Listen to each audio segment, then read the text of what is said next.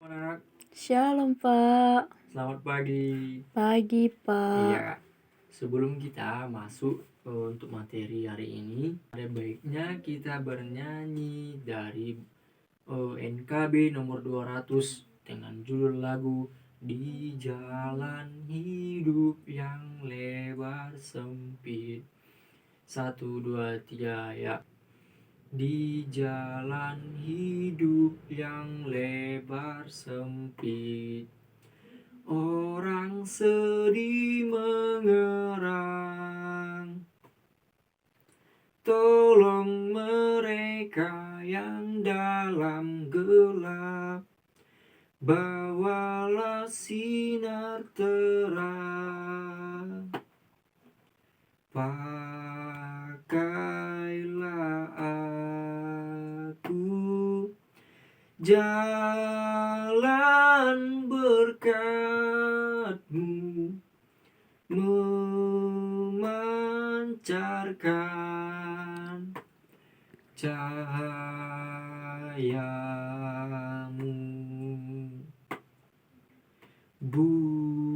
Buatlah aku saluran berkat bagi siapa yang risau penat. Oke, baik, kita bersatu dalam doa. Terima kasih Allah Bapa, Engkau menyertai kami di sepanjang kehidupan kami. Allah Bapa yang baik, sebentar kami memulai pembelajaran kami, biarlah Engkau yang memberkati setiap pembelajaran kami Tuhan, dan biarlah kami dapat menerapkan dalam kehidupan kami sehari-hari. Terpujilah nama Tuhan bahkan sampai selama-lamanya. Amin. Ya, sebelum kita masuk ke materi ini, sebelumnya Bapak akan mengabsen. Apakah ada yang tidak hadir? Hadir semua Pak. Oke, baik kalau begitu. Ya, sebentar ya. Ya, kita masuk di materi kita pagi hari ini, yaitu yang berjudul Gereja yang Hidup di Dunia. Iya. Apa, anak-anak? Gereja yang hidup di dunia. Baik, oke. Sebelumnya Bapak ingin bertanya kepada anak-anak sekalian, apakah ada persekutuan di dalam gereja kalian? Kalau ada, coba sebutkan salah satunya persekutuan apa itu? Ada Pak. P3MI atau Napo Sebulung namanya Pak. Iya, itu juga bisa ya. Oke, iya. Gereja yang pertama itu ada materi yang pertama dari bagian-bagian gereja tadi, yaitu gereja yang memberitakan. Ya, di sini gereja yang memberitakan, pemberitaan atau khotbah biasanya disampaikan oleh orang yang berwenang khusus melakukannya. Ya, pasti kita sudah tahu ya siapa yang berwenang menyampaikan khotbah dalam gereja. Ya, kita lihat ya siapa-siapa saja. Ya, yang pertama ada pendeta, guru Injil, penginjil dan penatua.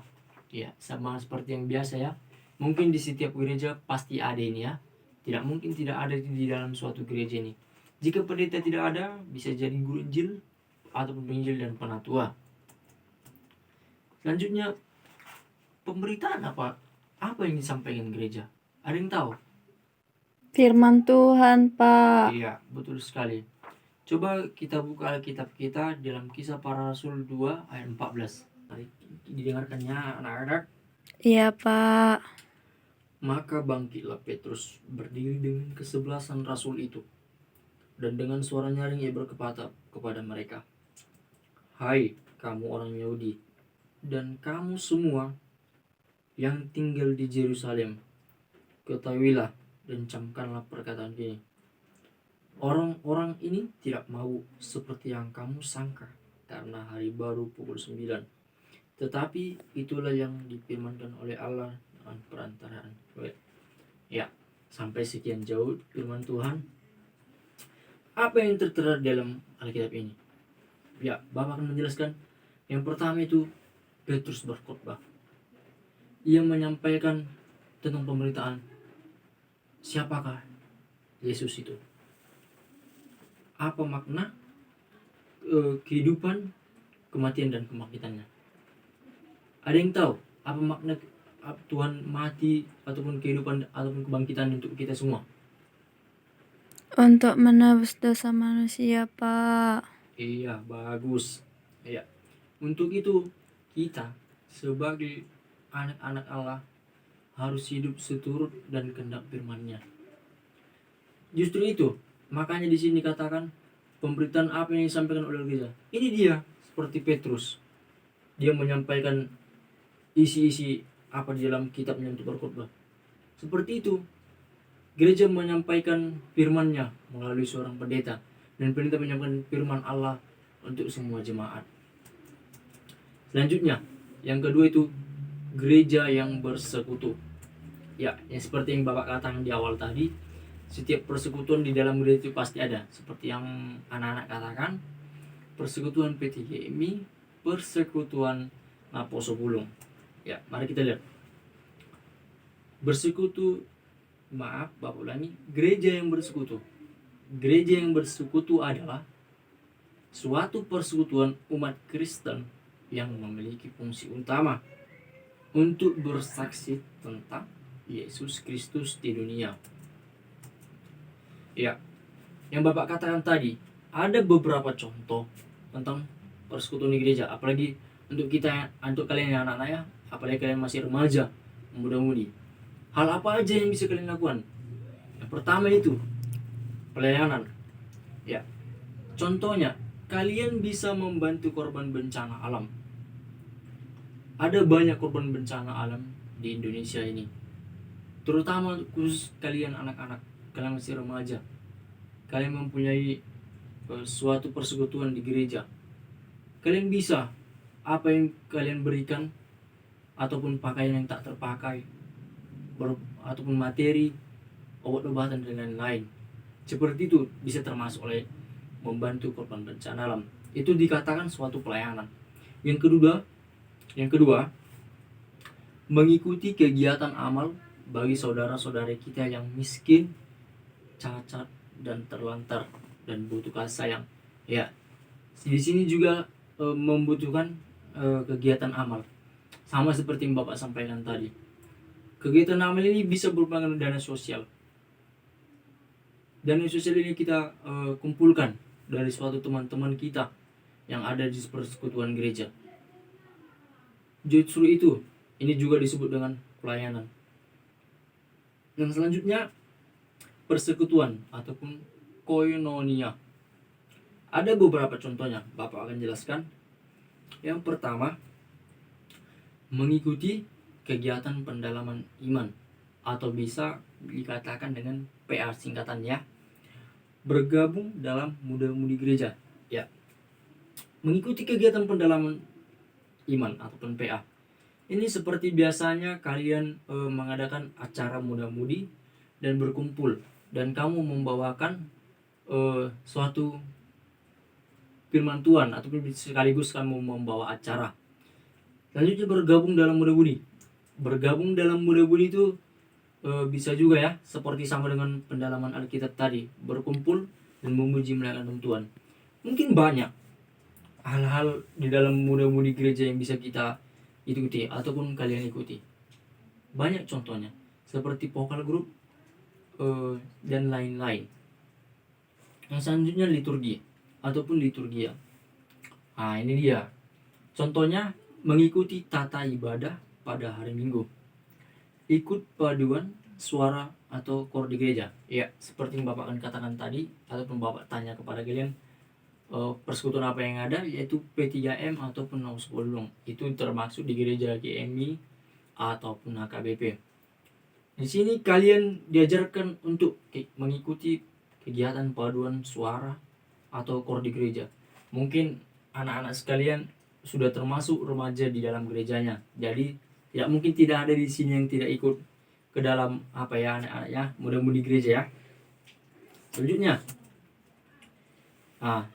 yang ketiga itu gereja tidak membeda-bedakan. Bapak ingin bertanya kepada anak-anak sekalian, apakah ada gereja kalian yang membeda-bedakan satu sama lain?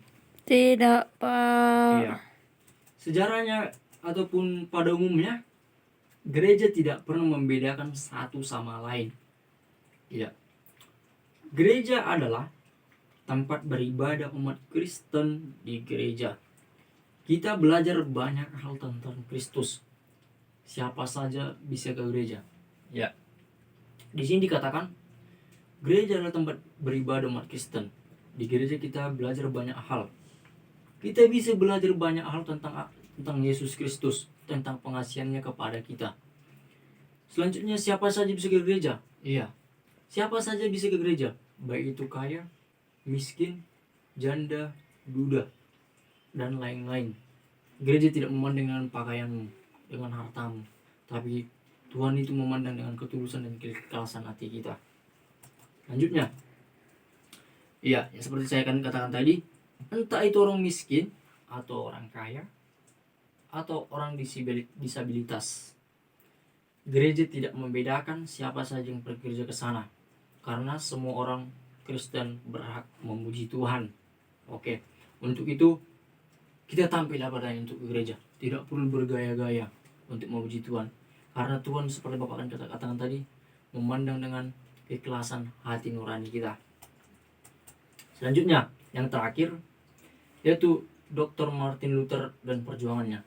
Ya, Dr. Martin Luther ini adalah seorang pendeta gereja baptis, sekaligus seorang tokoh pejuang asasi manusia dari Amerika Serikat. Ya, berarti di sini kita sudah tahu bahwa siapa Dr. Martin Luther ini. Siapa anak-anak? Dr. Martin Luther tadi? Iya, seorang pendeta gereja baptis, sekaligus seorang tokoh pejuang ya. Apa yang diperjuangkan Dr. Martin Luther ini? Mari kita lihat. Perjuangan yang ia lakukan ialah dia menyelamatkan orang kulit hitam yang dianggap sebagai keturunan budak, sehingga tempat ibadah mereka pun terpaksa dipisahkan oleh karena warna kulit mereka. Namun, ada namunnya anaknya. Sebelum Bapak lanjut, Bapak akan menyampaikan sedikit penjelasan. Ya, di sini Dr. Martin Luther menyelamatkan orang kulit hitam yang tertindas dengan orang kulit putih. Orang kulit hitam ini tertindas dikarenakan mereka disebut keturunan budak atau bisa dengan keturunan kasta karena kulit yang berbeda, sehingga tempat ibadah mereka dipisahkan. Seperti ada kata-kata kasar lainnya, istilahnya orang kulit putih najis satu ibadah dengan orang kulit hitam. Jadi di sini Dr. Martin Luther ya. Namun Dr. Martin Luther menentang peraturan tersebut. Ia membuat sebuah organisasi gereja dan serta mengajak masyarakat kulit hitam untuk menentang peraturan tersebut. Ya. Di sini anak-anak sekalian, Dr. Martin Luther mengajak semua masyarakat gereja serta bangsa kulit hitam untuk apa? Untuk menentang peraturan tadi, supaya tidak ada membeda-bedakan satu sama lain. Ya. Di sini anak-anak sekalian, Dr. Martin Luther ini berhasil membawa perdamaian.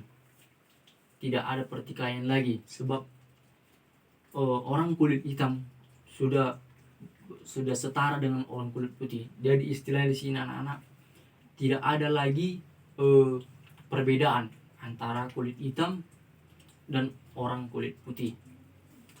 Jadi tidak ada istilah sana kau karena kau orang kulit hitam, aku suka. Tidak. Karena di sini Dr. Martin Luther sudah memperjuangkan bangsa kulit hitam. Jadi anak-anak, yang patut kita pelajari dari materi ini seperti Dr. Martin Luther, dia seorang pejuang sekaligus seorang pendeta untuk menyelamatkan orang kulit hitam dari penjajahan orang kulit putih. dikarenakan mereka disebut oleh keturunan budak. Jadi kehidupan yang bisa kita ambil dari sini, kita tidak boleh merendahkan siapapun, menjelekkan siapapun, karena semua ciptaan Tuhan itu sama. Ya, untuk itu materi kita sampai di sini saja. Sebelum Bapak tutup, ada sedikit tugas untuk kita, silahkan dicatat. Tugasnya yaitu cuman satu ya anak-anak, cuman dia dibentuk seperti laporan, yaitu persekutuan apa yang telah kamu ikuti di gereja kamu, dibuat berbentuk laporan. Ya, tidak mungkin tidak lebih dari satu persekutuan di dalam gereja kalian ikuti kan.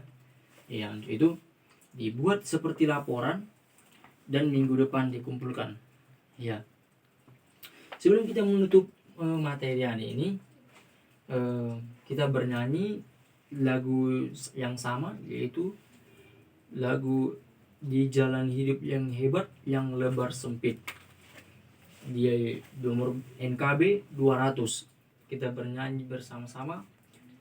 Di jalan hidup yang lebar sempit, orang sedih mengerang. Tolong mereka yang dalam gelap, bawalah sinar terang. Pakailah aku jalan berkat-Mu, memancarkan cahaya-Mu.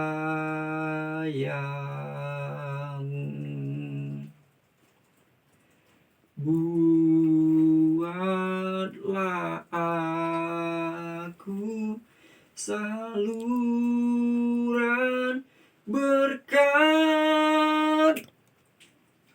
bagi siapa yang risau penat. Oke, baik. Sebelum kita masuk pembelajaran ini, kita berdoa. Terima kasih Tuhan, kami telah banyak belajar dalam materi hari ini, terutama buat pejuang gereja itu yang yaitu Dr. Martin Luther yang telah mendukung atau merintis penjajahan untuk bangsa kulit hitam yang tertindas oleh orang kulit putih. Biarlah kami juga Tuhan bisa menerapkan apa yang kami pelajari hari ini, sehingga kami juga bisa seperti Dr. Martin Luther yang menghancurkan penjajahan. Inilah doa kami Tuhan, dan sebelum kami pulang, Engkau berkati perjalanan kami sehingga kami sampai tujuan ke rumah Tuhan. Kiranya Tuhan selalu hadir di kehidupan kami. Terpujilah nama-Mu Tuhan, bahkan sampai selama-lamanya. Amin. Shalom. Shalom, Pak.